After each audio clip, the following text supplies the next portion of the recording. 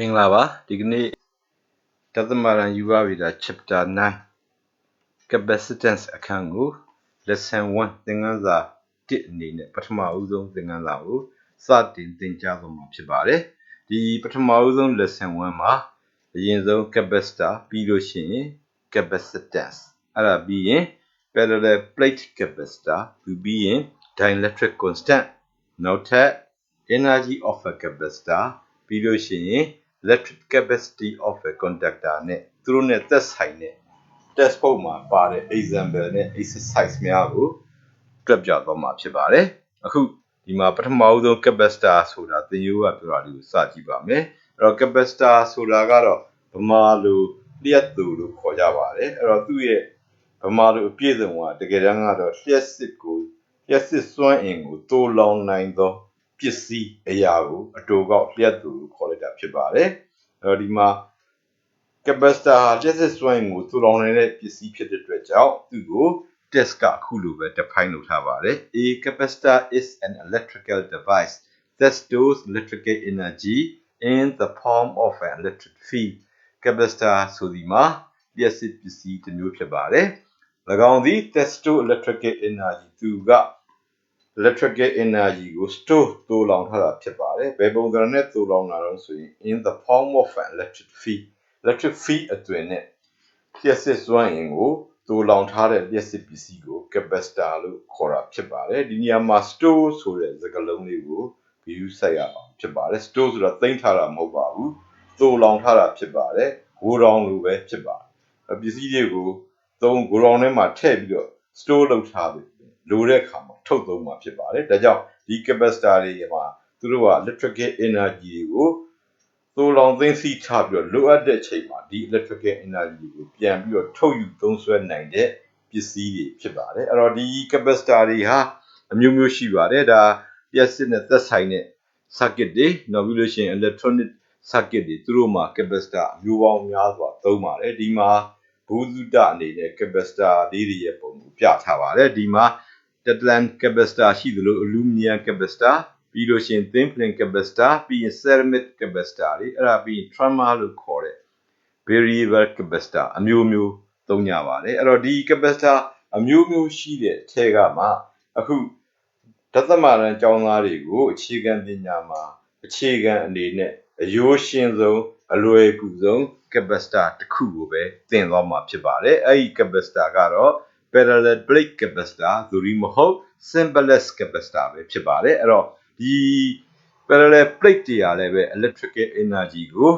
electric field အတွင်းနဲ့သိုးလောင်ထားနိုင်တဲ့ပစ္စည်းတွေဖြစ်ပါတယ်အဲ့လိုသိုးလောင်ထားနိုင်တဲ့ကြောင့်ဒီကောင်တွေ parallel plate တွေကို parallel capacitor အဖြစ်သုံးထားတာကို parallel plate capacitor တနည်းပြောရင်အယိုးရှင်းဆုံး simplest capacitor ဆိုပြီးတော့ text မှာသင်ကြားကြရမှာဖြစ်ပါတယ်အဲ့တော့ parallel plate capacitor တစ်ခုမှာဘာတွေပါတယ်လဲဆိုရင် a capacitor consists of two conductors separated by a small distance ဒီ capacitor တစ်ခုမှာ conductor ပြားနှစ်ခုပါပြီးတော့သူတို့ကို separated တစ်ခုနဲ့တစ်ခုနဲ့ဟထားတာဖြစ်ပါတယ်ခွာထားတာပါ by a small distance အကွာအဝေးနည်းနည်းလေးခွာထားတာဖြစ်ပါတယ်အဲ့တော့ဒီမှာရှိတဲ့ conductor အပြားနှစ်ခုကအခုပုံမှာပြထားတဲ့အတိုင်းသူတို့က parallel plates တွေဖြစ်ပါတယ်အဲ့ဒါပြီးလို့ရှိရင်ဒီ an insulator is inserted between its conductor ဒီ capacitor ရဲ့ conductor ပြားတွေကြားထဲမှာ insulator လျှက်ကပစ္စည်းတစ်ခုကိုထည့်ထားမှာဖြစ်ပါတယ်ပုံမှာကြည့်ရင် dielectric epsilon လို့ရေးထားတဲ့ပစ္စည်းသည်လျှက်ကပစ္စည်းဖြစ်ပါတယ်အဲ့ဒါပြီးရင်တော့ဒီ capacitor တစ်ခုကို charging လုပ်လိုက်တဲ့အခါမှာလျှက်စစ်ဓာတ်တွေသွင်းလိုက်တဲ့အခါမှာရှေ့မှာသင်ခဲ့တဲ့ parallel plates တွေမှာပြောခဲ့သလိုပါပဲသူ့ရဲ့ conductor ပြားတွေပေါ်မှာလျှက်စစ်များသည်အခုပုံမှာမြင်ရတဲ့အတိုင်းတစ်ဖက်က positive တစ်ဖက်က negative သူက opposite sign ဖြစ်ပါလိမ့်မယ်ပြီးရင်တစ်ဖက်က positive အရေးအတွက်နဲ့နောက်တစ်ဖက်မှာရှိတဲ့ negative အရေးအတွက်ဒီနည်းပြောရင် positive charge ရဲ့ပမာဏနဲ့ negative charge ရဲ့ပမာဏတို့သည်တူညီနေတာကိုတွေ့ရမှာဖြစ်ပါတယ်ဒါကြောင့် its conductor have charges of equal magnitude and opposite sign ၎င်းဤ conductor ပြားများ၎င်းဤဆိုတော့ capacitor parallel plate capacitor ကိုပြောပါဖြစ်ပါတယ်ဒီမှာပါတဲ့ conductor ပြားတွေမှာ have charges of equal magnitude and opposite sign လျှက်စစ် ညာသည်ပမာဏတူညီပြီးတော့လက္ခဏာချင်းဆန့်ကျင်မဲ့ဖြစ်ပါတယ်ပုံမှာမြင်ရတဲ့အတိုင်းမှာတစ်ဖက်က positive အပေါင်းများဖြစ်၍တစ်ဖက်က negative အနှုတ်များပါဒီမှာ equal magnitude လို့ပြောထားတဲ့အတွက်ကြောင့်ဒီအပေါင်းပြားအနှုတ်ပြားတွေပေါ်မှာရေးဆွဲထားတဲ့အပေါင်းလက္ခဏာအနှုတ်လက္ခဏာ positive negative ရေးအတွက်ချင်းတူညီစွာဆွဲဖို့သတိထားရမှာဖြစ်ပါတယ်အဲ့ဒါပြီးရင်တော့ဒါ parallel plate capacitor တစ်ခုရဲ့ဒီဆောက်ပုံလေးဖြစ်ပါတယ်အဲ့တော့ဒီ capacitor တွေကိုဘယ်မှာသုံးသလဲဆိုရင် capacitor တွေကိုအဲ့တော့ electronic circuit တွေ electrical circuit တွေအားလုံးလောက်နီးနီးမှာသုံးထားတာတွေ့ရမှာဖြစ်ပါတယ်အဲ့တော့သူတို့ဟာအိမ်မှာရှိနေတဲ့ TV တွေ radio တွေ computer တွေစသဖြင့်အမျိုးစုံသောအမျိုးမျိုးသော electronic circuit တွေ electrical circuits တွေမှာသူတို့ကိုထည့်သွင်းသုံးစွဲထားပါတယ်အဲ့တော့သုံးစွဲထားရင်ဘယ်လိုသုံးစွဲထားသလဲဘယ်လောက်ပါတယ်တချို့ရှုပ်ထွေးတဲ့ circuit တွေမှာတော့ capacitor အလုံးကြီးရာဂဏန်းအထိပါတာရှိပါတယ်တစ်လုံးနဲ့ပါတာကနေပြီးတော့ဆယ်ကဏန်းရာဂဏန်းအထိအလုံးပေါင်းများစွာပါနိုင်ပါတယ်အဲ့လိုပါတဲ့အခါမှာဒီ circuit တွေကိုရေးဆွဲတဲ့အခါမှာလျှက်စီးပတ်လန်းတွေကိုရေးဆွဲတဲ့အခါမှာသူတို့ကိုအခုဒီပုံမှာပြတဲ့အတိုင်း parallel plate capacitor ရဲ့ပုံအတိုင်းဆွဲမယ်ဆိုလို့ရှိရင်အချိန်ကြီးအများကြီးကုန်သွားပါလိမ့်မယ်အဲ့ကြတော့သူ့ကိုအတူကောက်လုပ်မှာဖြစ်ပါတယ်အဲ့တော့စာတွေကိုသာအတူကောက်လုပ်တာမဟုတ်ပါဘူးပုံတွေကိုလည်းပဲသူကအတူကောက်လုပ်ပါတယ်သူ့ကို circuit ထဲမှာ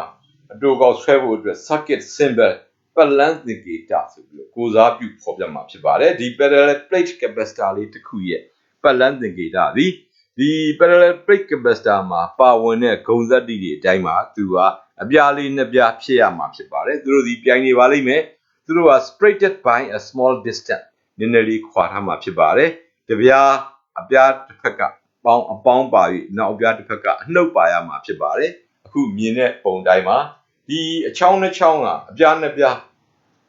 ကွန်ဒတာပြားနှစ်ပြားကိုဆိုလိုတာဖြစ်ပြီးတော့တပြားမှာ plus q နဲ့နောက်တပြားမှာ minus q ကဘာကိုဆိုလိုလဲဆို each conductor have charges of equal magnitudes and opposite sign ကိုဆိုလိုတာဖြစ်ပါတယ်အဲ့တော့ဒီမှာရှိတဲ့ကောင်ကဒီအပြားနှစ်ပြားကိုအတူအရှိညီအောင်ဆွဲရမှာဖြစ်ပါတယ်တစ်ချောင်းတူတစ်ချောင်းရှိဖြစ်လို့မရပါဘူးအကယ်၍သာဒီပုံလေးမှာရှိတဲ့ဒီဘားလေးနှစ်ခုအချောင်းလေးနှစ်ခုကအခုလိုအတူအရှိတူညီမနေပဲနဲ့အခုဖော်ပြတဲ့ပုံအတိုင်းတစ်ဖက်ကရှည်ပြီးတစ်ဖက်ကတူသွားမယ်ဆိုရင်တော့ဒါက capacitor တစ်ခုရဲ့ပတ်လန်းသင်္ကေတမဟုတ်တော့ဘဲနဲ့ battery အိုးတစ်လုံးရဲ့ပတ်လန်းသင်္ကေတဖြစ်သွားပါမယ်ဒါကြောင့် circuit symbols မှာနှစ်မျိုးဆွဲတတ်ရပါမယ် capacitor လို့ပြောရင် plus q minus q အပြားနှစ်ပြားစီလည်းအဝေးခွာလို့မရပါဘူးသူရဲ့ definition မှာက separated by a small distance လို့ပြောထားတာဖြစ်ပါတယ်ပြီးလို့ရှိရင်ဒီအပြားနှစ်ပြားရဲ့အတူအရှိဟာတူညီရမှာဖြစ်ပါတယ်ဘာဖြစ်လို့လဲ equal magnitude ပါအဲ့ဒါပြီးရင်တော့ battery အိုးရဲ့ပုံကိုဆွဲရင်တော့သူနဲ့ကွဲလွဲသွားအောင် battery ဒိုရီမုတ်ဓာတ်ခဲသူ့ရဲ့ပုံကိုဆွဲရင်တော့သူက positive ဘက်ကအရှည်ထားပြီးတော့ negative ဘက်ကအချောင်းအတူနဲ့ဆွဲရမှာဖြစ်ပါတယ်ဒါကြောင့်မို့လို့ဒီမှာ capacitor တစ်ခုရဲ့အဓိပ္ပာယ်သတ်မှတ်ချက်ကိုကျောင်းသားများသိသလို parallel plate capacitor တစ်ခုရဲ့ပုံကိုလည်းဆွဲရမှာဖြစ်ပါတယ်ပြီးလို့ရှိရင်ဒီ capacitor ရဲ့ပတ်လန်းသင်္ကေတ circuit symbols နဲ့ battery ရဲ့ circuit symbols တို့ကိုလည်းဆွဲနိုင်ရမှာဖြစ်ပါတယ်အဲ့ဒါပြီးရင်ဒီ parallel plate capacitor မှာပါတဲ့အချက်၃ချက်ဒီတမတ်တန်မေးတဲ့အချက်များဖြစ်ပါတယ်သူကဘာလဲဆိုရင်ပုံမှန်သိချာကြည့်ပဲပထမတစ်ခုကဒီ capacitor မှာကွန်ဒတာပြားနှစ်ပြားပါပြီးတော့သူတို့ကအနည်းငယ်ဟထားပါတယ်အဲ့ဒါပြီးဒုတိယတစ်ခုကဒီဟထားတဲ့အပြားနှစ်ပြားကြားထဲမှာ conductor လို့ခေါ်တဲ့ dielectric လို့ပုံမှန်ရေးထားတဲ့ပြက်ကပစ္စည်းတစ်မျိုးထည့်ထားမှာဖြစ်ပါတယ်အဲ့ဒါပြီးရင်လျှက်စစ်တွေကဘယ်မှာရှိတာလဲပုံမှန်သိချာကြည့်ပါသူက insulator မှာကြားထဲမှာရှိတဲ့ insulator မှာလျှက်စစ်မရှိပါဘူးဘေးမှာရှိနေတဲ့ conductor လို့ပြောတဲ့အပြားနှစ်ပြားမှာလျှက်စစ်များရှိကြတာဖြစ်ပါတယ်ရှိတဲ့လျှက်စစ်များသည်ပမာဏအားဖြင့်တူညီပြီးတော့လက္ခဏာအားဖြင့်ဆန့်ကျင်ဘက်ဖြစ်ပါတယ် each conductors have charges of equal magnitude and opposite sign ဒါတွေဖြစ်ပါတယ်အဲ့တော့ဒါတွေကိုသိပြီးပြီဆိုလို့ရှိရင်ဒီ capacitor တစ်ခုမှာအခုလျှက်စစ်များကွန်ဒတာပြားတစ်ပြားကအပေါင်းလျှက်စစ်များရှိပြီးတော့တစ်ပြားကနှုတ်လျှက်စစ်များရှိတယ်လို့ပြောပါတယ်ဒီလျှက်စစ်တွေဘ လိုရှိလာတာတော့သူ့ဘာသာသူနေရင်ထိုင်ရင်ရှိလာတာတော့မဟုတ်ပါဘူးဒီလိုလျှက်စစ်တွေရရှိလာအောင်သူ့ကိုလျှက်စစ်တွေကိုထုတ်ပေးနိုင်တဲ့ပစ္စည်းဘက်ထရီကိုတစ်လုံးနဲ့ဆက်လိုက်တဲ့အခါမှာသူ့မှာလျှက်စစ်ဓာတ်များဖြစ်ပေါ်လာတာဖြစ်ပါတယ်အဲ့တော့ဒီလိုဘက်ထရီကိုတစ်လုံးနဲ့ capacitor တစ်ခုကိုဆက်ထားလို့ရှိရင်ဒီဘက်ထရီကိုကတစ်ဆင့်လျှက်စစ်များသည် capacitor ရဲ့အပြားတွေပေါ်မှာရောက်ရှိလာတာဖြစ်ပါတယ်ဒါလေးကို circuits of charging a capacitor တစ်ခုကိုလျှက်စစ်ဓာတ်သွင်းခြင်းပတ်လျက်စီးပတ်လန်းလို့ခေါ်မှာဖြစ်ပါတယ်အဲ့တော့သူ့အတွက်ဒီပေါ်ပြထားတဲ့ animation လေးကိုကြည့်ပါမယ်ဒီ animation လေးမှာကြည့်မယ်ဆိုရင်အနီရောင်လေးတွေက electrons နှုတ်လျက်စစ်ကိုသယ်ဆောင်တဲ့ negative charge တွေဖြစ်ပါတယ်သူတို့ဒီ battery O ရဲ့ minus negative ကနေထွက်လာပြီးတော့သူကဘယ်ကိုရောက်သွားတယ်လဲဆိုလို့ရှိရင်အဲ့တော့သူဟာ battery O ရဲ့ positive ကဒီအနှုတ်ကလေးတွေကိုလှန်ဆွဲယူပြီးတော့ဒီအနှုတ်ကိုရောက်တော့တဲ့ကောင်ပြန်တွန်းထုတ်လိုက်ပြီးတော့ဒီအနှုတ်များသည်ဒီမှာရှိတဲ့ conductor အပြားနှစ်ပြားတွေကညာဘက်ကအပြားမှာအနှုတ်များတဖြည်းဖြည်းပိုများလာတာကိုတွေ့ရမှာဖြစ်ပါတယ်ဒီလိုအနှုတ်တွေပိုများလာတဲ့အတွက်ကြောင့်ဘယ်ဘက်ကအချမ်းမှာအနှုတ်တွေညော့နေသွားတော့သူက net charge ပြီး positive အပေါင်းများဖြစ်လာပါမယ်ညာဘက်ကအပြားမှာဒီအနှုတ်တွေတိုးလာတော့သူ့ရဲ့ net charge က negative ဖြစ်သွားမှာဖြစ်ပါတယ်အဲ့ဒီအချိန်မှာဒီအပြားနှစ်ပြားမှာရှိတဲ့လျှက်စစ်ကသူကဘယ်ဘက်ကနေပြီးတော့ပြောင်းရွှေ့လာတဲ့ electron အရေးအတွက်ပဲညာဘက်မှာတိုးလာမှာဖြစ်တဲ့ကြောင့်ဒီအပြားနှစ်ပြားမှာရှိတဲ့ဒီ charge ဒီပမာဏချင်းတူညီတာဖြစ်ပါတယ်ဒီ circuit ကလေးကိုသူက charging a capacitor တစ်ခုအားလျှက်စစ်ဓာတ်အားပေးသွင်းသောပျက်စီးပတ်လန်းကိုခေါ်မှာဖြစ်ပါတယ်ဒီ circuit ကလေးကိုသင်ရိုးစာအုပ်ကတော့သူကလွယ်ရှင်းလေးပဲရေးဆွဲဖော်ပြမှာဖြစ်ပါတယ်သင်ရိုးစာအုပ်ကဒီ circuit ကိုသူကa circuit consisting of a capacitor and a battery လျှက်စီးပတ်လန်းတစ်ခုကသူမှာ capacitor တစ်လုံးနဲ့ battery ကိုတစ်လုံးပါတယ်လျှက်စီးပတ်လန်းကိုဖော်ပြမှာဖြစ်ပါတယ်သူဒီအပေါ်ကပြောခဲ့တဲ့ circuit of charging a capacitor နဲ့အတူတူပဲဖြစ်ပါတယ်ဒါကြောင့်မို့လို့မိကွန်းမှာ battery ကိုတစ်လုံးနဲ့ capacitor တစ်ခုပါတဲ့ circuit ကိုဆွဲပါလို့ပဲမေး capacitor တစ်ခုအားလျှက်စစ်ဓာတ်ပေးသွင်းတဲ့ circuit ကိုဆွဲပါလို့ပဲမေးဘလို့ပဲမေး circuit ကတစ်ခုတည်းပဲဖြစ်ပါတယ် draw the circuit of charging a capacitor draw a circuit consisting of a capacitor and a battery ဒီလိုပြောလို့ရှိရင်ဒီ circuit ကအတူတူပဲဖြစ်ပါတယ်ဒါကြောင့်မလို့ဒီ circuit ကိုဆွဲတဲ့အခါမှာဒီပတ်လန်းကိုဆွဲတဲ့အခါမှာဒီပတ်လန်းသင်္ကေတများကိုသုံးမှာဖြစ်ပါတယ်သူ့မှာဘာပါရမလဲခေါင်းစဉ်မှာပြောတဲ့အတိုင်းမှာ capacitor တစ်လုံးပါမှာဖြစ်ပါတယ်ပြီးရင် and a battery O လေးရလည်းတစ်လုံးပါမှာဖြစ်ပါတယ်အဲ့တော့ဒီနှစ်ခုကိုလျှက်စီးပတ်လန်း circuit ဖြစ်အောင်ဆိုရင်သူ့ကို conductor wire ကြိုးနဲ့ဆက်လိုက်မှာဖြစ်ပါတယ်အခုလိုဆက်လိုက်တဲ့အခါမှာဒါလေးဟာ circuit ကလေးဖြစ်သွားပါပြီဒီ circuit ကလေးကို circuit of charging a capacitor သို့မဟုတ် a circuit consisting of a capacitor and a battery ဒီလိုခေါ်မှာဖြစ်ပါတယ်ဒီ circuit ကလေးကိုလည်းရေးဆွဲတတ်ဖို့လိုပါတယ်ဒီ circuit ရေးဆွဲရမှာသတိထားရမှာက capacitor မှာတစ်ဖက်က plus တစ်ဖက်က minus ပါ battery O မှာလည်းတစ်ဖက်က plus တစ်ဖက်က minus ပါ circuit ဆက်တဲ့အခါမှာ battery O ရဲ့ plus နဲ့ capacitor ရဲ့ plus တို့တစ်ဖက်ထဲမှာဆက်ပြီးတော့ battery O ရဲ့ negative terminal အနှုတ်ကိုတော့ capacitor ရဲ့ minus ဘက်ကိုဆက်ရမှာဖြစ်ပါတယ်သူတို့ကိုဟိုဘက်ဒီဘက်လွဲဆွဲထားလို့မရပါဘူးဒါကြောင့်မို့လို့ circuit ဆွဲရင် plus minus များပါရမှာဖြစ်သလိုသူတို့မှန်ရမှာဖြစ်ပါတယ်နောက်တစ်ခါ battery O ရဲ့ရှည်တဲ့ငုတ်ဘက်မှာ positive ဖြစ်ပြီးတော့တိုတဲ့ငုတ်ဘက်မှာ negative ဖြစ်ရမှာဖြစ်ပါတယ်ဒါဟာပတ်လန်းသင်္ကေတမှာရှိတဲ့သတ်မှတ်ချက်ဖြစ်တဲ့အတွက်ကြောင့်သူ့ကိုလွဲမှားလို့မဖြစ်ပါဘူးဒီပုံလေးအတိုင်းသေးသေးချာရေးဆွဲဖို့လိုမှာဖြစ်ပါတယ်အဲ့တော့ဒါတွေသိပြီးရင်တော့နောက်တစ်ခုကတော့ဒီ capacitor တွေဟာလျှက်စစ်စွမ်းအင်ကို electric field ပုံစံနဲ့သိုးလောင်နေဆိုလို့ရှိရင်သူဟာဂိုးတောင်တွေလိုပါပဲဂိုးတောင်တွေကိုစဉ်းစားမယ်ဆိုရင်ဂိုးတောင်တစ်လုံးနဲ့တစ်လုံးနဲ့မှာသူကသိုးလောင်နေတဲ့စွမ်းရည်ပြောင်းလဲရှိပါတယ်မတူနိုင်ပါဘူးအဲ့တော့ဒီမှာလည်းပဲဒီ electrical energy ကိုသိုးလောင်ထားနိုင်တဲ့စွမ်းအင်ကို capacitance လျှက်သူသတ္တိလျှက်စစ်စွမ်းအင်ကိုသိုးလောင်နိုင်သောဂုဏ်သတ္တိကိုခေါ်မှာဖြစ်ပါတယ်အဲ့တော့ capacitor တစ်လုံးအတွက်တစ်လုံးနဲ့သော capacitor အတွက်သူ့ကို insulated capacitor ပါသူ့ကို capacitor တစ်လုံးအတွက်ဒီ capacitance David Tamacheko, ratio net Tamapchibare, every ratio the Cabesta Mashide Cabestan the Abiaribo Mashide, Charles June. The Abiari paid her, but you only chippy paid her potential difference period. A true ratio go, capacity, the video. David Tamapchibare, the ratio of the charge to the potential difference between two conductors of a capacitor. Capacitor sudima, the ratio chopibare, Bazuna chole so ye, charge to the potential difference between two conductors of the capacitor. The capacitor machine charge to net. The capacitor abiana biajama, people need potential difference to a chogo. The capacitor li at least to 30 capacitor လို့ဒီပဲသတ်မှတ်မှာဖြစ်ပါတယ်။ဒါကြောင့်မလို့ capacitor C သင်္ကေတသူက capacitor ကို C အကြီးနဲ့ရေးမှာဖြစ်ပါတယ်။ C ဟာအချိုးလေးဖြစ်ပါတယ်။ဘယ်သူနဲ့အချိုးလို့ charge နဲ့ potential difference တို့ရဲ့အချိုးဖြစ်ပါတယ်။ charge ကိုသင်္ကေတ Q နဲ့ရေးပြီးတော့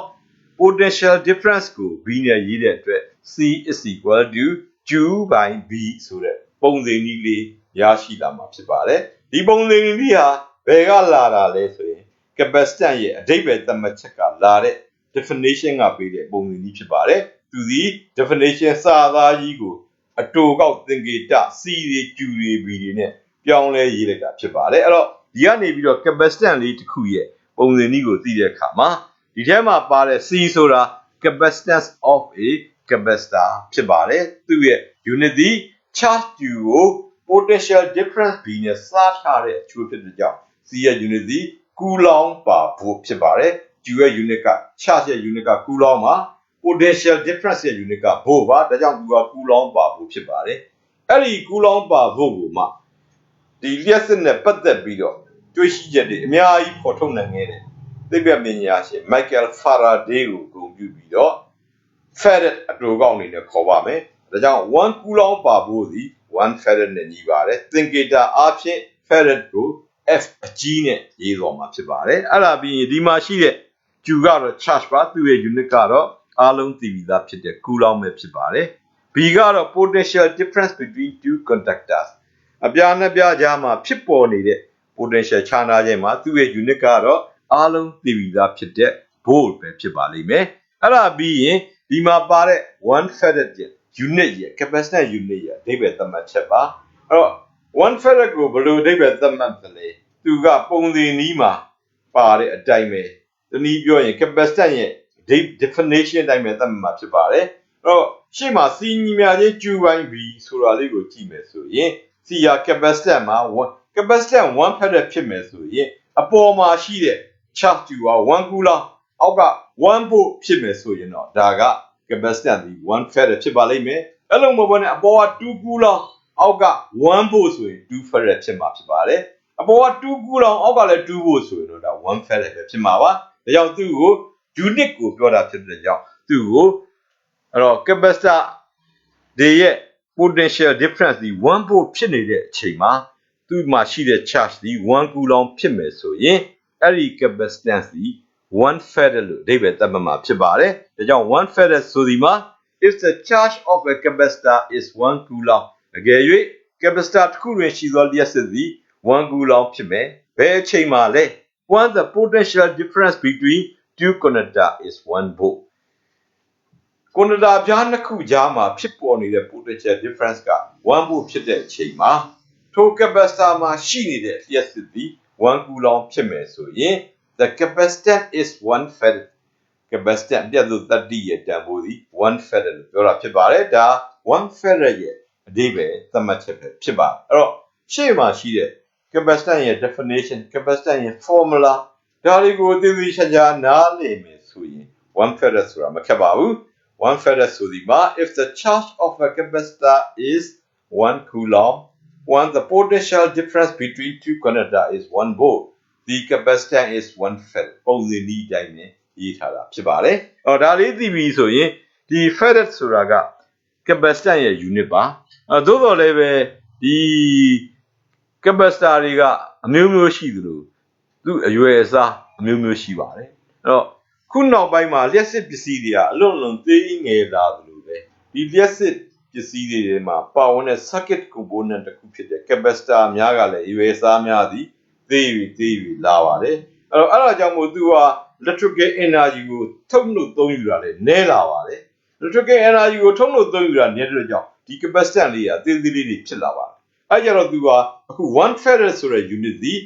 ကြီးမားနေတဲ့အတွက်ကြောင့်သူ့ထက်ပိုသေးတဲ့ unit များကိုလည်းသုံးစွဲတာဖြစ်တဲ့အတွက်ကြောင့်ဒီ unit တွေကိုလည်းသိရပါမယ်A smaller unit of farad တွေကဘာတွေလဲဒါတွေက normal တန်းမှာသင်ခဲ့တဲ့ prefix တွေနဲ့ပဲပေါ်ပြတာဖြစ်ပါတယ်အဲ့တော့1 farad ရဲ့အပုံတသန်းပုံတစ်ပုံကို1 microfarad လို့ခေါ်မှာဖြစ်ပါတယ်အဲ့ဒါပြီးရင်သူက10 to the power minus 9သန်းတစ်ထောင်ပုံတစ်ပုံဆိုရင် picofarad ဒီအဲ့လိုခေါ် nanofarad ဒီလိုခေါ်တော့မှာဖြစ်ပါတယ်ဒါကြောင့်မလို့ smaller unit တွေသည်1 microfarad သူသည်10 to the power minus 6 farad ပါတသန်းပုံတစ်ပုံပဲရှိပါတယ်သေးသေးလေးပါအဲ့ဒါပြီး nanofarad 10 to the power minus 9 farad ပါအဲ့ဒါပြီး picofarad 1 pf လို့မဖတ်ပါဘူး picofarad เนาะရထဲမှာတော့ဒီ electronic ပစ္စည်းဆိုင်တွေမှာသွားဝယ်ရင်သူက microfarad ဆိုတာတဲ့ mu f လို့ဖတ်ပါတယ် nf pf ဒီလိုဖတ်ပါတယ်တကယ်တမ်းကအဲ့လိုမဖတ်ပါဘူးဒီသင်္ကေတတွေရဲ့အရှေ့ကောက်ဖြစ်တဲ့ microfarad nanofarad picofarad ဒီလိုဖတ်မှာဖြစ်ပါတယ်ဒီ smaller unit တွေကိုလည်းသိထားဖို့လိုအပ်ပါတယ်အဲ့တော့ဒီ capacitance ရဲ့ definition ပြီးရင်သူ့ရဲ့ definition ကပေးတဲ့ပုံစံနည်းပြီးရင်1 farad ရဲ့ definition အဲ့ဒါပြီး smaller unit ဒါတွေကိုသိပြီးရင်တော့ဒီ capacitance နဲ့ပတ်သက်ပြီးတော့သိရန်ရှိတဲ့အချက်ကလေးတွေရှိပါတယ်အဲ့တော့ဒါကတော့စောစောကပြောခဲ့တာပါပထမတစ်ချက်က capacitors are used in radio TV computer and other electric circuit capacitor တွေကိုဘယ်မှာသုံးလဲ radio TV computer and other electric circuit လို့ပြောထားတာဖြစ်ပါတယ်အဲ့တော့ဒီနေရာမှာသင်ရိုးစာအုပ်ကပြောတဲ့အတိုင်း radio TV computer ဒါတွေဟာကျောင်းသားများအတွက်လည်းစလုံးပေါင်းလွန်လွယ်တဲ့အားဖြစ်ပါတယ်ပြီးရင်တော့ကျန်တာတွေကတော့ other electric circuit တခြားသောလျှက်စစ်ပတ်လမ်းများလို့ပြောတာဖြစ်ပါတယ်အဲ့တော့တကယ်တမ်းကတော့ other electric circuit ဆိုတာအကုန်လုံးပါတာပါပဲအဲ့တော့ဒီ capacitor တွေကိုကြည့်မယ်ဆိုရင် radio TV computer မှမဟုတ်ပါဘူးအခုနောက်ဆုံးသုံးနေတဲ့LED ဓာတ်မီးလေးတွေနော်နောက်က LED မီးလုံးစသဖြင့်ပန်ကာအိမ်မှာရှိတဲ့ရေခဲတစ်တာနော်အားလုံးတော့ဒီ capacitor တွေကိုထည့်သွင်းသုံးပြုထားတာဖြစ်ပါတယ်အဲ့တော့ရေတင်ဆက်ရေမော်တာတွေဒီမှာလည်း capacitor အကြီးတွေပါအဲ့တော့ capacitor ကရေမော်တာတွေမှာဘာလို့တက်တယ်လဲသူ့ကိုအရက်ထဲကခေါ်တာကတော့ start ဘူးလို့ခေါ်ဘူးလေးပါသူကစပြီးတော့ start လုပ်ပြီအဲ့တော့ဒီရေမော်တာတစ်လုံးကိုစတင်လေပတ်မယ်ဆိုရင်ရက်နေရာကနေစတင်လေပတ်ဖို့ဆိုရင်ကျောင်းသားများသိထားတဲ့ initial ဆိုတာရှိပါတယ်အဲ့ဒီ initial ကိုကြော်နိုင်ဖို့အတွက်သူကအားပူသုံးလိုပါတယ်သဘောပြောရရင်စပိန်တစ်စင်းကိုရက်နေရာကစနေပူအားစိုက်နေရပါဒီစပိန်ဟာရွေ့သွားပြီဆိုရင်တော့သိအားစိုက်စရာမလိုတော့အဲ့လိုပါပဲဒီမော်တာတွေမှာစပြီးယုံတဲ့အချိန်မှာသူကပူအားစိုက်ရတဲ့ energy အပိုလိုပါတယ်အဲ့ဒီအပိုကိုဘယ်ကနေထုတ်သုံးတာလဲဆိုရင်အဲ့ဒီမော်တာပေါ်မှာပါတဲ့ start ဘူးလို့ခေါ်တယ်ဒီ capacitor ဘူးတွေကလေ store လုပ်ထားတဲ့ electrical energy ကိုထုတ်သုံးလိုက်တာပါအဲ့ဒီချိန်မှာစွမ်းအားအပြည့်နဲ့ဒီမော်တာဟာလည်နိုင်မှာဖြစ်ပါတယ်အကယ်၍အဲ့ဒီ start ဘူးလေးဟာအကြောင်းတစုံတရာအကြောင်းပျက်စီးနေမယ်ဆိုရင်မော်တာလဲပါသလားဆိုတော့လဲတော့လဲပါတယ်စချင်းလဲအောင်လက်နဲ့လှည့်ပြီးမှလဲရမှာဖြစ်ပါတယ်တချို့သောပန်ကာတွေဆိုလို့ရှိရင်ဒီ start ဘူး capacitor ပြတ်နေတဲ့အတွက်ကြောင့်ခလုတ်ဖွင့်ပြီးတော့နောက်မှာသူ့ကိုဒုံးနဲ့ထိုးလှည့်မှလဲတာလေးကိုတချို့တွေ့ဘူးရမှာဖြစ်ပါတယ်အဲ့တော့ဒီ capacitor တွေကိုအရက်ထဲကအဲ့ဒါတွေကို start ဘူးဒိုဒီမို့ condenser electrical energy ကို condense လုပ်ပြီးသိမ်းထားလို့ condenser လို့လည်းခေါ်ပါတယ်သို့သောဆရာတို့ရဲ့သင်ရိုးကတော့သူ့ကို capacitor လို့ပဲခေါ်မှာဖြစ်ပါတယ်ဒါဒီ capacitor တွေကိုအသုံးပြုတာနဲ့ပတ်သက်ပြီးပြောတာဖြစ်ပါတယ်နောက်တစ်ခုကတော့ the capacitance of a capacitor does not depend on Q and B ဒီနေရာမှာသတိထားရမှာက capacitance of a capacitor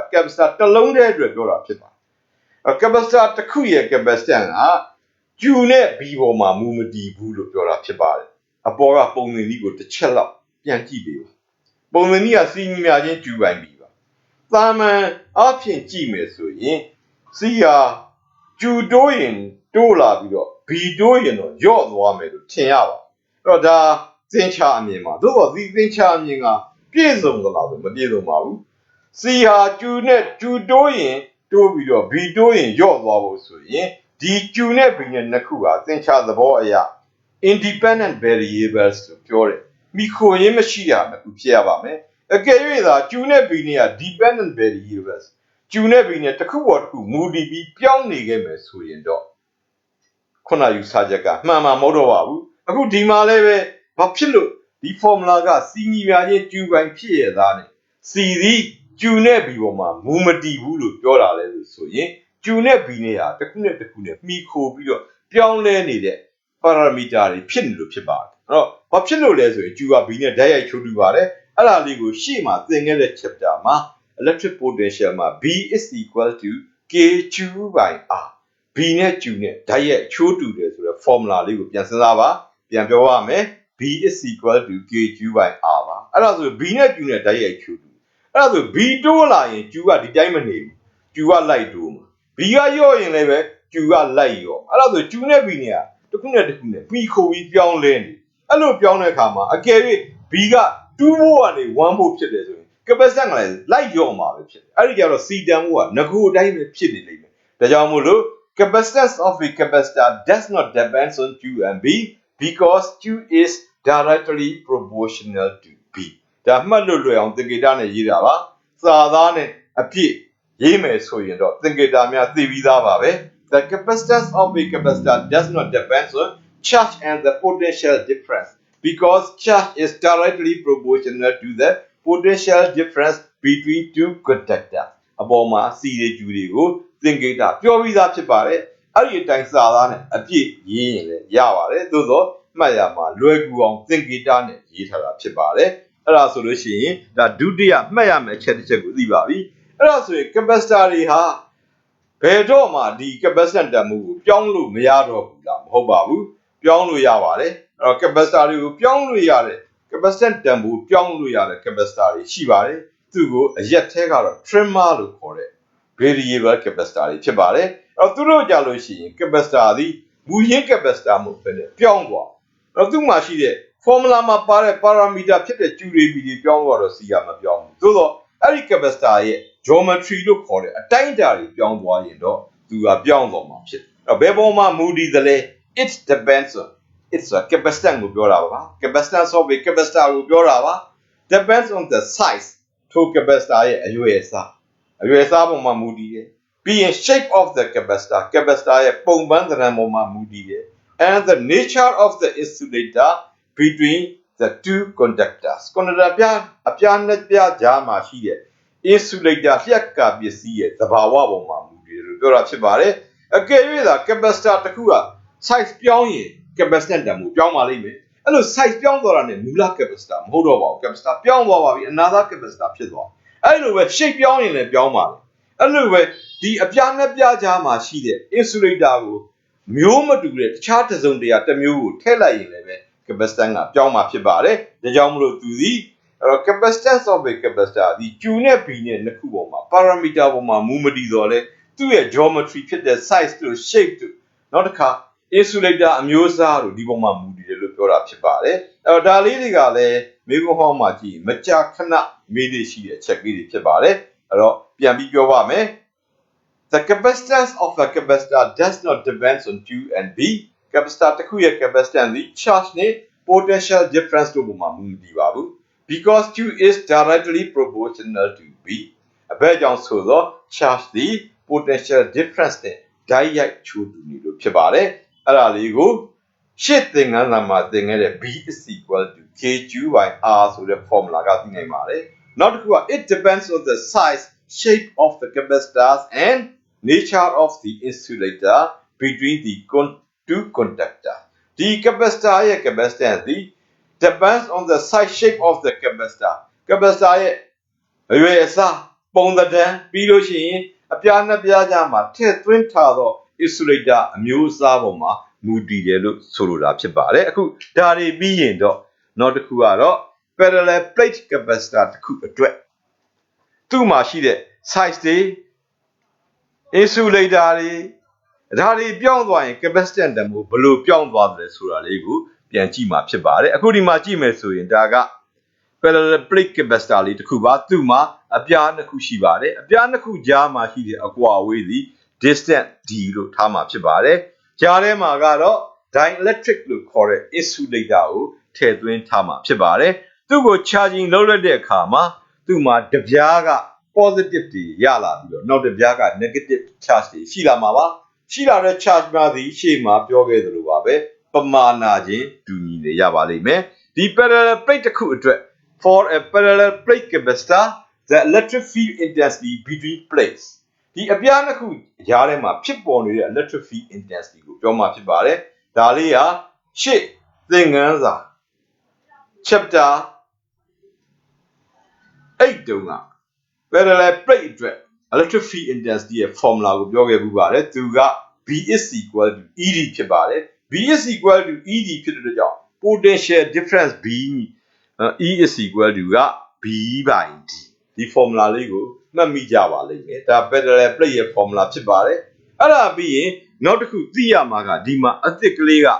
E is equal to ဒီ electric field intensity E ဒီ sigma divided by epsilon ဆိုတာလေးကိုသိထားဖို့လိုပါတယ်ဒီနေရာမှာ sigma ဆိုတာဘာလဲ epsilon ဆိုတာဘာလဲဒါလေးကိုလည်းသိဖို့လိုပါတယ်ဒီနေရာမှာ where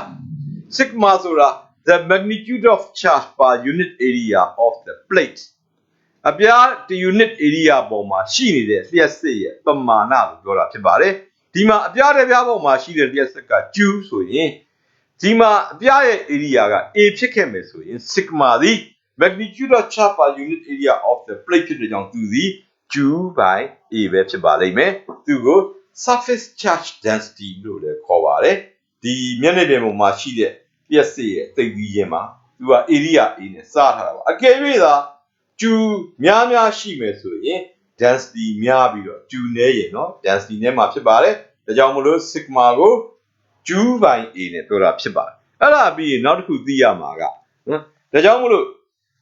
sigma Q by A ဆိုရင်အပေါ်က E ညီမျှခြင်း sigma divided by epsilon နေရာမှာအစားထိုးမယ်ဆိုရင် sigma by epsilon is equal to ကဘာရလာလိမ့်မလဲသူက Q divided by epsilon A ဆိုတာလေးကိုရလာမှာပါ sigma ရဲ့နေရာမှာ Q by A ကိုအစားသွင်းတာဖြစ်ပါတယ်ဒီလိုရလာလို့ရှိရင်အဲ့ဒီကောင်ကြီးဟာဒီဟာ sigma by epsilon က B by D နဲ့အတူတူပဲ E တွေကြီးပဲဖြစ်နေတဲ့ကြောင့် field intensity ပဲဖြစ်နေတဲ့ကြောင့်သူသည် therefore ဘာရလာမလို့ sigma divided by epsilon is equal to Q epsilon A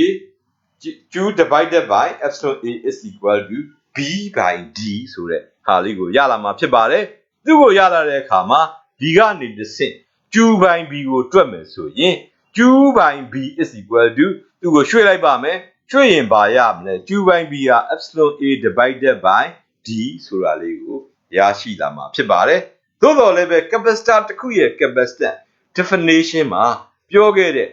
ဒီ C capacitance C ဟာ ratio of Q to B ဖြစ်တဲ့ကြောင့်ဆင့် C ညီမျှခြင်း Q by B ပါအဲ့ဒါဆိုရင်ဒီမှာရှိတဲ့ကောင် epsilon A by D ရလည်းပဲ C ပဲဖြစ်ပါလိမ့်မယ် therefore C is equal to epsilon A by D ဆိုတဲ့ formula လေးရရှိလာမှာဖြစ်ပါတယ်အဲ့ဒီချိန်မှာဒီမှာရှိတဲ့ကောင်ကို epsilon ဒီ K epsilon not နဲ့တူပါတယ်ဒီနေရာမှာအဲ့တော့ K epsilon ဆိုတာကတော့ကြားထဲမှာအပြားနှစ်ခုရဲ့ကြားထဲမှာရှိနေတဲ့ insulator ရဲ့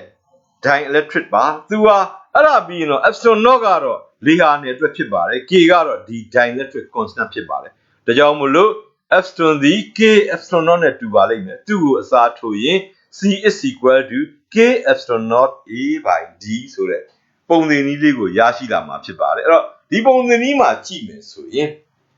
area A ပြောင်းသွားရင်ဒီ capacitor ရဲ့ size ကလည်းပြောင်းသွားမှာဖြစ်ပါတယ်အဲ့ဒီအချိန်မှာ capacitance ပြောင်းပါလိမ့်မယ်ပြီးရင် distance D ပြောင်းသွားရင် capacitor လေးကလည်းပုံသဏ္ဍာန် shape ပြောင်းသွားအောင်မှာဖြစ်ပါတယ်အဲ့တော့ shape ပြောင်းလို့ရှိရင်လည်း capacitance ပြောင်းတယ်လို့ပြောပါတယ်အဲ့ဒါပြီးလို့ရှိရင်ဒီမှာရှိတဲ့ပုံသင်နည်းထဲမှာပါတဲ့ K ဆိုတာက dielectric constant ဖြစ်ပါတယ်သူက dielectric constant ကဒီအပြားနှစ်ပြားကြားမှာရှိတဲ့ insulator ရဲ့သဘာဝကိုဖော်ပြတာဖြစ်ပါတယ်အဲ့တော့ဒီကြားမှာရှိတဲ့ insulator အမျိုးအစားပြောင်းသွားရင် K တန်ဖိုးကလည်းပြောင်းသွားမှာဖြစ်ပါတယ်အဲ့လိုပြောင်းသွားတဲ့ကြောင့် ဒါက nature of insulator ကိုပြောတာဖြစ်ပါတယ်ဒါကြောင့်မလို့ capacitor တစ်ခုရဲ့ capacitance ဒီ size shape and nature of insulator ပေါ်မှာမူတည်တယ်လို့ပြောတာဖြစ်ပါတယ်အခုဒီပုံစံနည်းအရဆိုရင် C တန်ဖိုးသည် A ပြောင်းရင်လည်းပြောင်းပါမယ် D ပြောင်းရင်လည်းပြောင်းပါမယ်သို့ဒီမို့ dielectric constant K တန်ဖိုးပြောင်းရင်လည်းပြောင်းပါမယ်ဒီနေရာမှာတစ်ခုမှတ်စေချင်တာက K ကို dielectric constant လို့ခေါ်တော့လဲပဲသူကဒီပုံစံနည်းမှာဂိမ်းတယ်မဟုတ်ပါဘူးသူကကြားကန်တဲ့ insulator ပြောင်းသွားတာနဲ့ K တန်ဖိုးကပြောင်းမှာဖြစ်ပါတယ်ဒီမှာတကယ့်ပုံစံနည်းက permittivity of vacuum လေဟာနယ်ရဲ့ permittivity လို့ခေါ်တဲ့ epsilon naught ကသာဂိမ်းနေဖြစ်ပါတယ်အဲ့တော့သူ့တန်ဖိုးကိုရှေ့ chapter 7တုန်းက 1/4 pi epsilon naught ညီမျှခြင်း9 into 10 power 9 newton meter square per coulomb square နဲ့ပြောခဲ့ပါတယ်အဲ့ဒီ 1/4 pi epsilon naught ညီမျှခြင်း9 into 10 power 9ဆိုတာကြီးထဲမှာ epsilon naught ကိုပြန်ပြီးတော့ရွှေ့လိုက်မယ်ဆိုရင်ပိုင်တန်ဖိုးသိပါတယ်4တန်ဖိုးဒါတွေအားလုံးကိုအစားသွင်းပြီးရှင်းလိုက်ရင် epsilon ရဲ့တန်ဖိုးကရရှိလာမှာဖြစ်ပါတယ်ဒီ epsilon naught ရဲ့တန်ဖိုးကိုအခုဒီ chapter မှာကတော့ကျောင်းသားကျောင်းသူများအလွတ်ရအောင်ကြက်မှတ်ထားဖို့လိုပါတယ်ဒါကြောင့်ဒီနေရာမှာ square C က capacitance of a capacitor ပါ A က area of the plates ကွန်ဒတာပြားတွေရဲ့ area ပါ D က distance between two plates ဒီကွန်ဒတာပြားနှစ်ခုရဲ့ကြားထဲမှာရှိတဲ့အကွာအဝေးပါ D ကတော့ dielectric constant of relative permittivity of insulator သူကို insulator ရဲ့ dielectric constant တနည်း relative permittivity လို့လည်းခေါ်ပါတယ်သူက K is equal to epsilon by epsilon naught ပါသူကကြားကန်နယ်ရဲ့ permittivity ကိုစံပြုကြားကန်နယ်ဖြစ်တဲ့လေဟာနယ်ရဲ့ permittivity epsilon naught နဲ့စားထားလို့သူကို relative permittivity လို့လည်းခေါ်တာဖြစ်ပါတယ်အဲ့ဒါပြီးရင်တော့ epsilon naught ရဲ့တန်ဖိုးသည် permittivity of vacuum သူက standard medium မှာအဲ့တော့စံပြုကြားကန်နယ်ပါလေဟာနယ်ဖြစ်ပါတယ်ဒီတန်ဖိုးလေးကိုရအောင်ကြည့်ရပါမယ်ဘာဖြစ်လို့လဲဆိုရင်ပုံစံလေးတွေ့တဲ့အခါမှာဒီတန်ဖိုးကိုလိုပါတယ်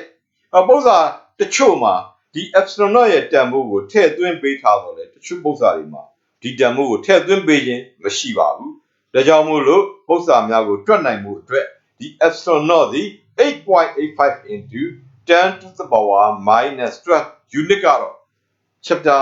7မှာသင်တဲ့ K ရဲ့ unit နဲ့ပြောင်းပြန်ဖြစ်ပါတယ် coulomb square per newton per meter square ဖြစ်ပါတယ်ဒီတန်ဖိုးကသာဂိမ်းနေဖြစ်ပါတယ်အဲ့တော့အပေါ်က C is equal to K epsilon naught A by D ဆိုတဲ့ formula မှာဂိမ်းသည် epsilon naught ပဲဖြစ်ပါတယ် K ဟာနာမည်အရ dielectric constant ဒီလိုခေါ်တော့လဲသူက relative permittivity of the insulator ပါသူက insulator ပြောင်းသွားရင် hori K တန်ဖိုးကပြောင်းလဲသွားမှာဖြစ်ပါတယ်ဒါကြောင့်မလို့ C ညီမျှခြင်း K epsilon naught A by D မှာတကယ်တမ်းကတော့ဂိမ်းနေသည် epsilon naught ဖြစ်ပါတယ် C သည် K နဲ့ဓာတ်ရိုက်ချူတူပါတယ် K ပြောင်းရင်ပြောင်းပါမယ် nature of insulator ပါ C သည် area A နဲ့ဓာတ်ရိုက်ချူတူပါတယ် C သည် distance D နဲ့ပြောင်းပြန်ချူတူပါတယ် constant သည် epsilon naught သာဖြစ်ပါတယ်ဒါလေးကိုကိုယ်ပဲပြပြသိစေချင်ပါတယ်ဒါတွေသိပြီးရင်တော့ epsilon ကတော့ permittivity of the insulating medium မှာသူ့ကိုဒီ insulating medium ကို dielectric လို့လည်းခေါ်တာဖြစ်ပါတယ်ပုံမှာကြည့်ပါအဲ့ဒီ insulator ကို dielectric လို့ရေးထားတာတွေ့ရပါလိမ့်မယ်အဲ့ဒါပြီးရင်ဒီ K တန်ဖိုးနဲ့ပတ်သက်ပြီးသိဖို့လိုတာရှိပါတယ် K ဟာ dielectric constant သို့ဒီမဟုတ် relative permittivity of insulator လို့ပြောပါတယ်အကယ်၍သာဒီ relative permittivity သည်စံပြူကြားကန်နဲ့ဖြစ်တဲ့လေဟာနဲ့ဖြစ်သွားမယ်ဆိုရင်သူက unity 1ဖြစ်တယ်ဆိုတာကိုရှေ့မှာ chapter 2တွေက chapter 3တုန်းကတည်းကဒါမျိုးတွေကိုပြောခဲ့ပြီးသားဖြစ်ပါတယ်အဲ့တော့ခုဒီမှာကြည့်မယ်ဆိုရင် K ဟာလေဟာနဲ့အတွက်ဆို1ပါပုံစံနည်းမှာအစားထွင်းမယ်ဆိုရင်လေဟာနဲ့အတွက်ဆိုရင် K ဟာ epsilon naught divided by epsilon naught ပဲဖြစ်လို့1ပဲဖြစ်ပါလိမ့်မယ်သူက standard median အတွက်ဆို1ပါကြံသောကြားကန်တွေများအားလုံးအတွက် K တန်ဖိုးစီတစ်ထက်ကြီးတယ်ဆိုတာလေးကိုလည်းသိဖို့လိုပါတယ်အခုဒါတွေကိုသိပြီးပြီဆိုရင်တော့ for a given media အဲ့တော့ကြားကန်နဲ့မပြောင်းဘူးလို့ပြောတာပါကြားကန်နဲ့မပြောင်းမနဲ့ထားမယ်ဆိုရင် C ညီမျှခြင်း K epsilon naught A by D ဆိုတဲ့ formula မှာကြားကန်နဲ့မပြောင်းရင် K တန်ဖိုးမပြောင်းတော့ပါဘူးမပြောင်းတော့ဘူးဆိုလို့ရှိရင်အဲ့တော့ကြံတာကဘာကြံမဲဆို area A နဲ့ distance D နဲ့ကြံမှာဖြစ်ပါတယ်ဒါကြောင့်မလို့ the capacitance of a capacitor is directly proportional to the area of the plates and inversely proportional to the distance between two plates သတိထားပါဒီနေရာမှာ k ကို for a given media လို့ပြောထားလို့အဲ့လိုပြောမထားဘူးဆိုရင်တော့ the capacitance of a capacitor is directly proportional to its dielectric constant of insulator being and directly proportional to area and inversely proportional to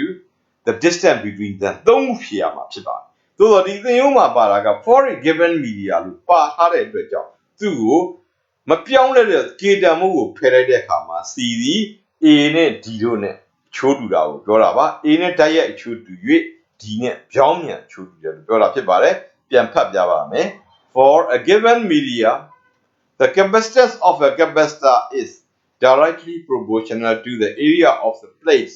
and inversely proportional to the distance between the plates ဖြစ်ပါတယ်အဲ့ဒါတွေပြီးရင် the capacitance of a capacitor depends on ရှေ့မှာပြောခဲ့တဲ့ကောင်မှာ size ဆိုတာ a ကိုဆိုလိုတာပါ shape of the capacitor ဒီပြောင်းသွားရင်ဒီ capacitor ပုံစံပြောင်းပါလိမ့်နော်ဘေးကအပြားတွေမပြောင်းတော့လဲဒီဟာသေးသွားရင် capacitor ကဒီ capacitor လေးကပြားပြားထောင်ထောင်လေးဖြစ်မှာဒီတန်မိုးများလာလို့ရှိရင်သူကပူဝိုင်းဝိုင်းလေးဖြစ်သွားမှာဖြစ်ပါတယ် capacitor အရွယ်အစားဘေးကိုကသွားမှာဖြစ်ပါတယ်အဲ့ဒီအချိန်မှာဆိုလို့ရှိရင်ဘာတွေ့ရတယ်လဲဆိုရင် shape ပြောင်းသွားတယ်လို့ဆိုလိုတာကိုဖြစ်ပါတယ်အဲ့တော့ဒီအတိုင်းအတိအကျကြီးမဟုတ်တော့လဲအကြောင်းများ formula နဲ့တွဲပြီးတော့ဒီစာကိုမှတ်မိဖို့အတွက်ခုလိုပြောရတာဖြစ်ပါတယ် and nature of insulator ဒါကတော့သိကြပါတယ် insulator တစ်ခုရဲ့သဘာဝ nature ကိုဘာနဲ့ပေါ်ပြတယ်လဲဆိုရင်ထို insulator ရဲ့ dielectric constant နဲ့ပေါ်ပြတာဖြစ်ပါတယ်အကယ်၍စံပြုကြားခံနဲ့ဖြစ်မယ်ဆိုရင်လေဟာနဲ့ဖြစ်မယ်ဆိုရင် k တန်မိုးက1ပါအကယ်၍လေဟာနဲ့မဟုတ်ဘဲနဲ့တခြားသောပစ္စည်းများဥပမာအဖြစ် plastic တို့เนาะပြီးလို့ရှိရင်ဖန်ပြားဒါမို့လို့ဖြစ်သွားရင် k တန်မိုးကပြောင်းသွားမှာဖြစ်ပါတယ်ဒါကြောင့်မလို့ the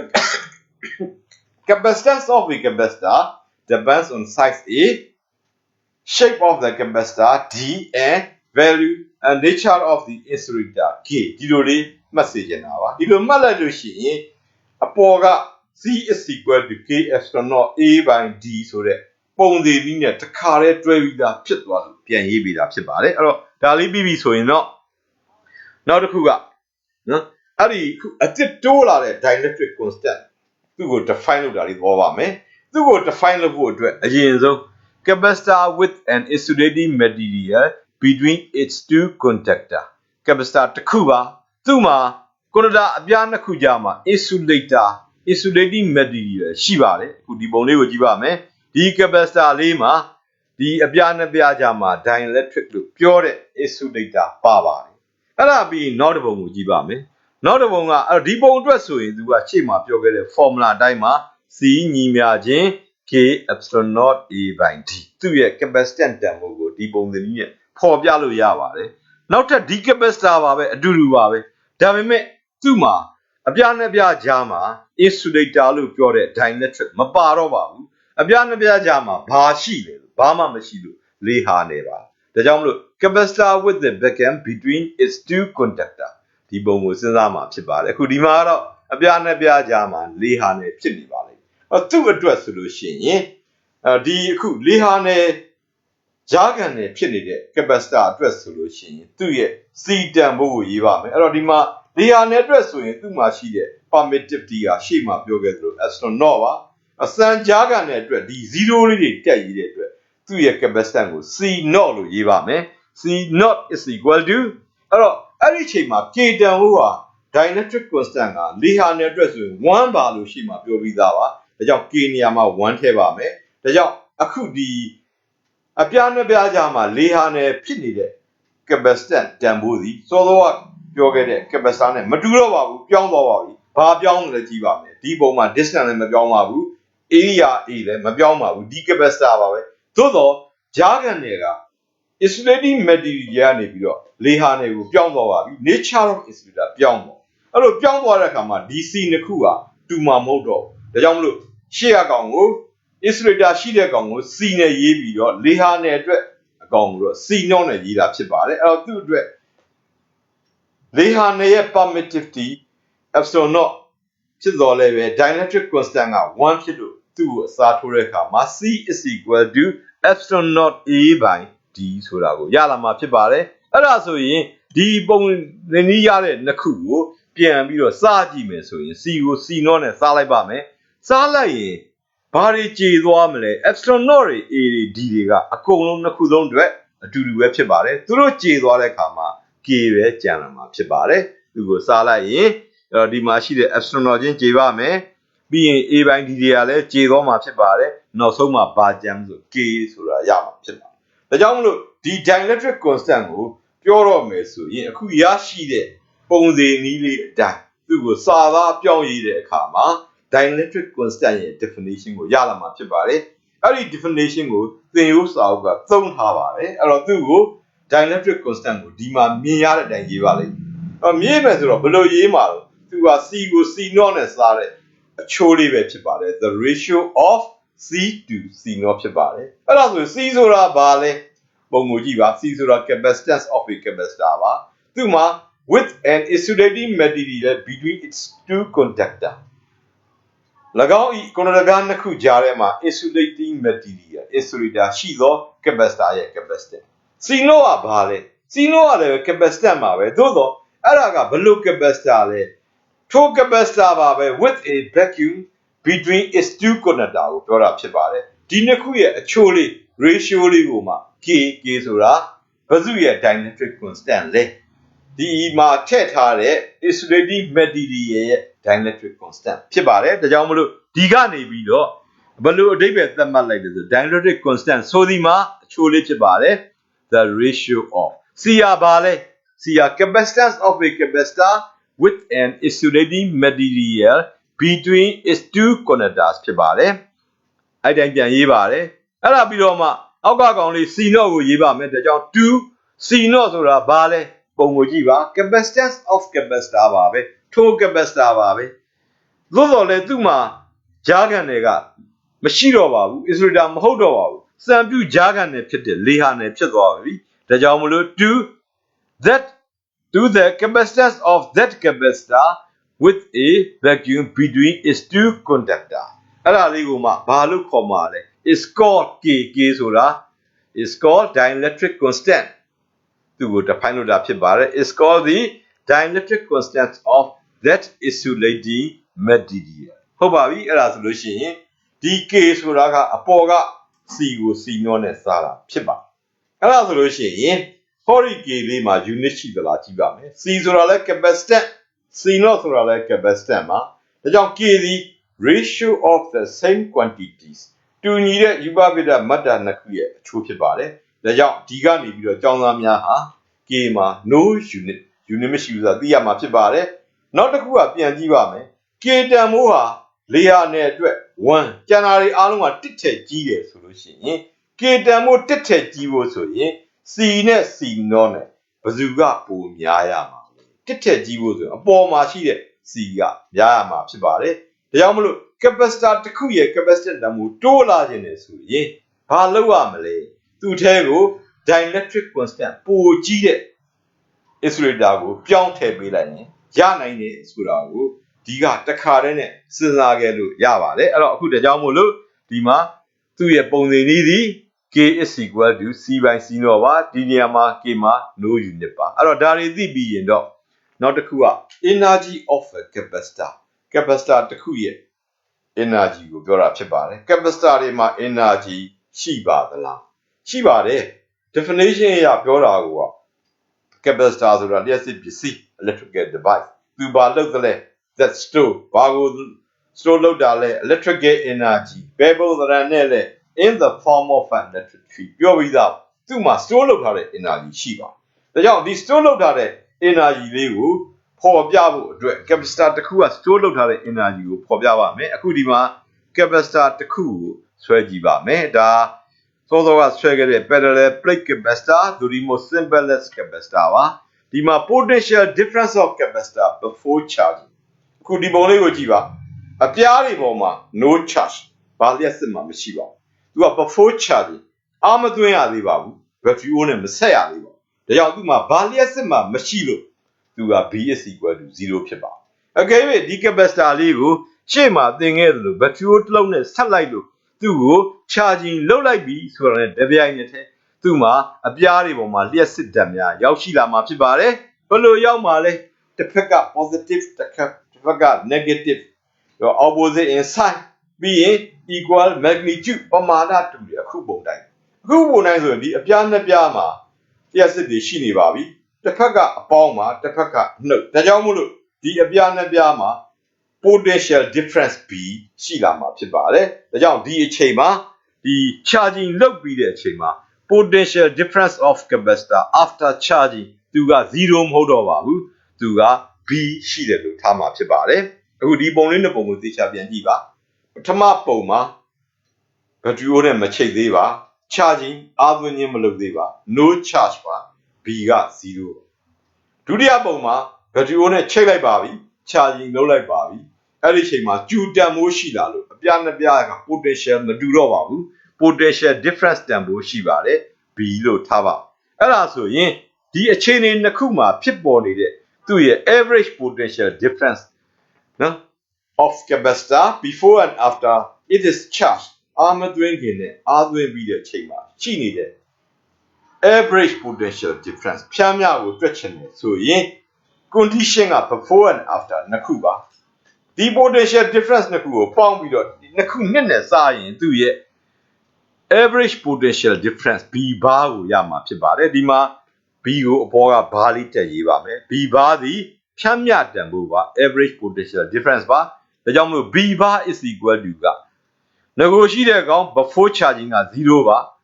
after charging က B ပါသူ့ကိုနှစ်နဲ့စားပါမယ်ဒါကြောင့် B bar is equal to 0 plus B that is equal to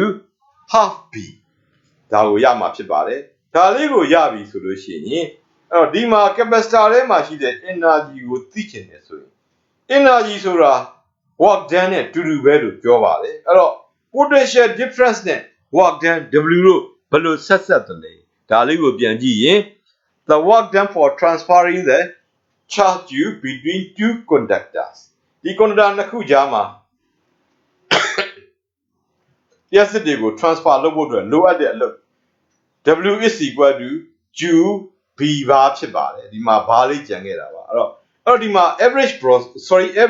potential difference နဲ့တွေ့ရအောင်အဲ့ဒီအချိန်မှာ average potential difference B bar သည် half B ဖြစ်တဲ့ကြောင့်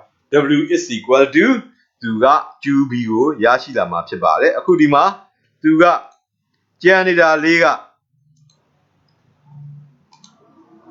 ဒီနေရာမှာအပေါ်မှာ B ပေါ်မှာဘားလေးပါမှာဖြစ်ပါတယ်ဒီဘားလေးကြံနေခဲ့တာဖြစ်ပါတယ်အဲ့တော့သူကဘာနဲ့ရေးရမှာလဲဆိုရင်သူရဲ့ the work done for transferring charge between two conductors W is equal to QB bar ပါအဲ့ဒီမှာတစ်ဆင့် B bar တန်ဖိုးကိုစားသွင်းရင် W ညီမျှခြင်း half BQ ဆိုတာကိုရရှိလာမှာဖြစ်ပါတယ်သူ့ကိုရလာရင်တော့ energy of the capacitor ကိုအခုရရှိတဲ့အတိုင်း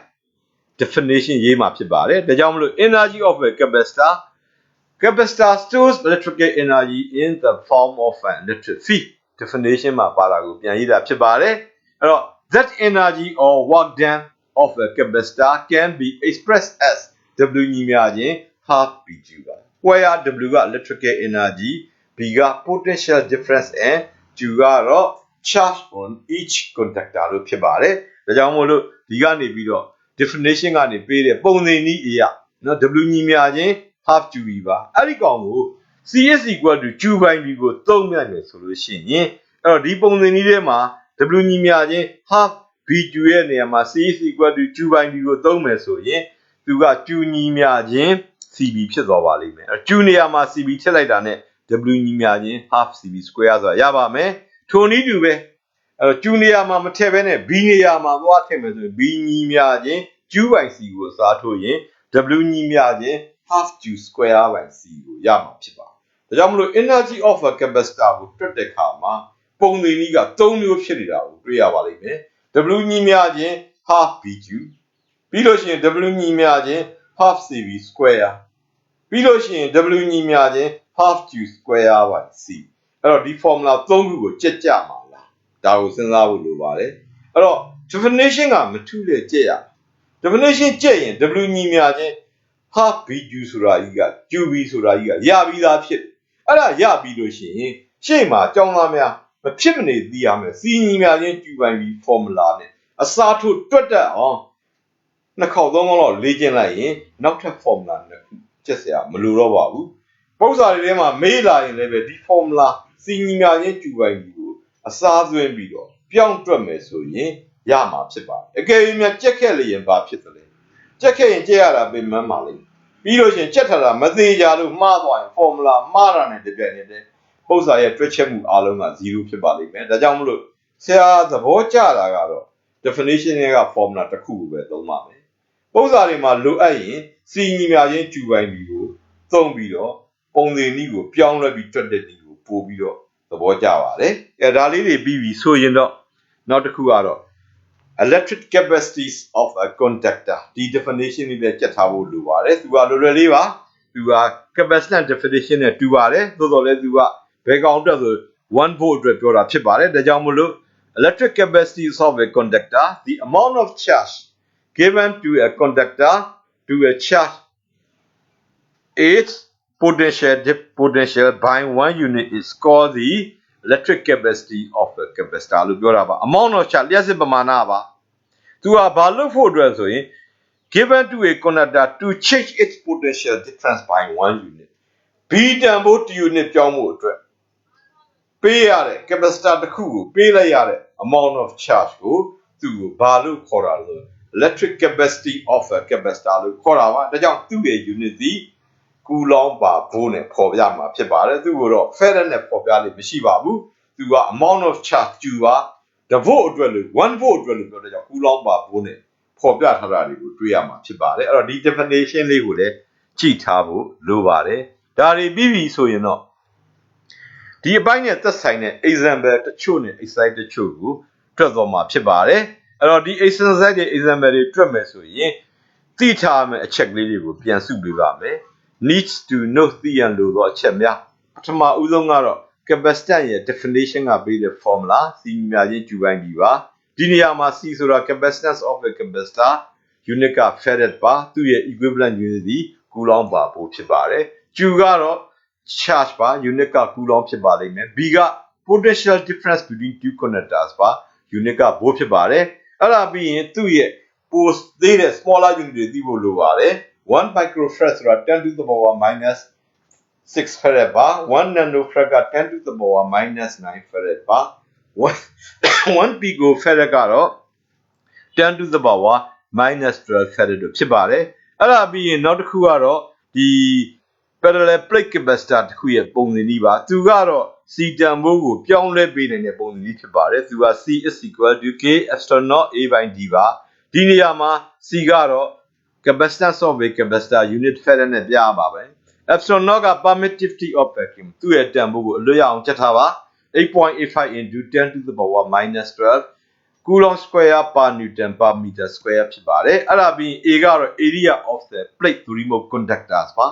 unit က meter square ဖြစ်ရပါမယ် D ကတော့ distance between two plates unit က meter ဖြစ်ရမှာဖြစ်ပါတယ်အဲ့ဒါပြီးရင် K ကတော့ dielectric constant of relative permittivity ပါသူမှာ unit မရှိပါဘူးဆက်ပြီးတော့သိရမှာကဒီ dielectric constant ရဲ့ပုံစံနည်းဖြစ်တဲ့ K is equal to epsilon by epsilon naught ဒီနေရာမှာ K ဟာလေးဟာနဲ့စံကြားခံတဲ့အတွက် vacuum အတွက်ဆို1ပါ